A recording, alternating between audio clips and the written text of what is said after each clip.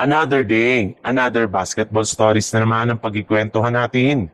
At ngayon nga, yung balitang seryoso na nga daw ang Lakers kay Jaren Jackson Jr. At ang balitang trade sa pagitan ng New York Knicks at Golden State Warriors.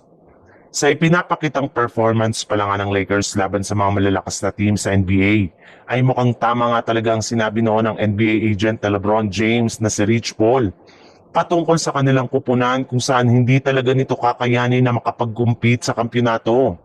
Kung ngayon nga hirap na sila sa pisikalidad ng kanilang mga kalaban, paano pa kaya pagdating ng playoffs? Kaya suggest na nga nito na dapat na nga daw gamitin ng Los Angeles Lakers si Austin Reeves bilang trade asset ngayong season para makuha ang big man ng Memphis Grizzlies na si Jaren Jackson Jr.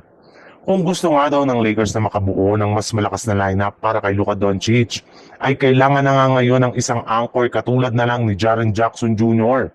na siyang pwedeng gamitin ng Lakers bilang kanilang starting power forward o di kaya starting center. Hindi rin naman nga tatanggihan ng Memphis Grizzlies ang magiging offer dito ng Lakers since willing rin naman nga ang kanilang team na kunin at bigyan ng kontrata si Reeves na balak nilang gamitin bilang kanilang bagong franchise player.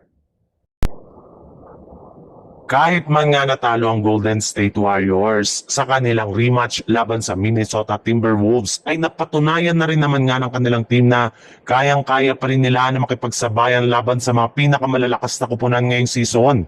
Basta't andito ang kanilang superstar na si Stephen Curry. Kaya ang kailangan na lang naman nga nilang kumuha ng bagong key player na makakatulong nito upang sa ganun ay lumakas muli ang kanilang lineup ngayong season. At base nga sa isang NBA insider, isa nga daw sa mga pinakamalaking pangalan na target na makuha ng Warriors sa trade ay si Karl Anthony Towns mula sa New York Knicks.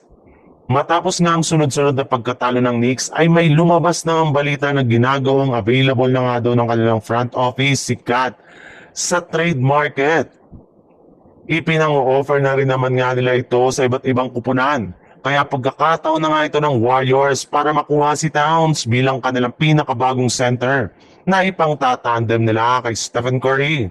Kapag nagawa nga nila ito ay sigurado nga na magkakaroon ulit sila ng tsansa na makapag-compete sa kampyonato.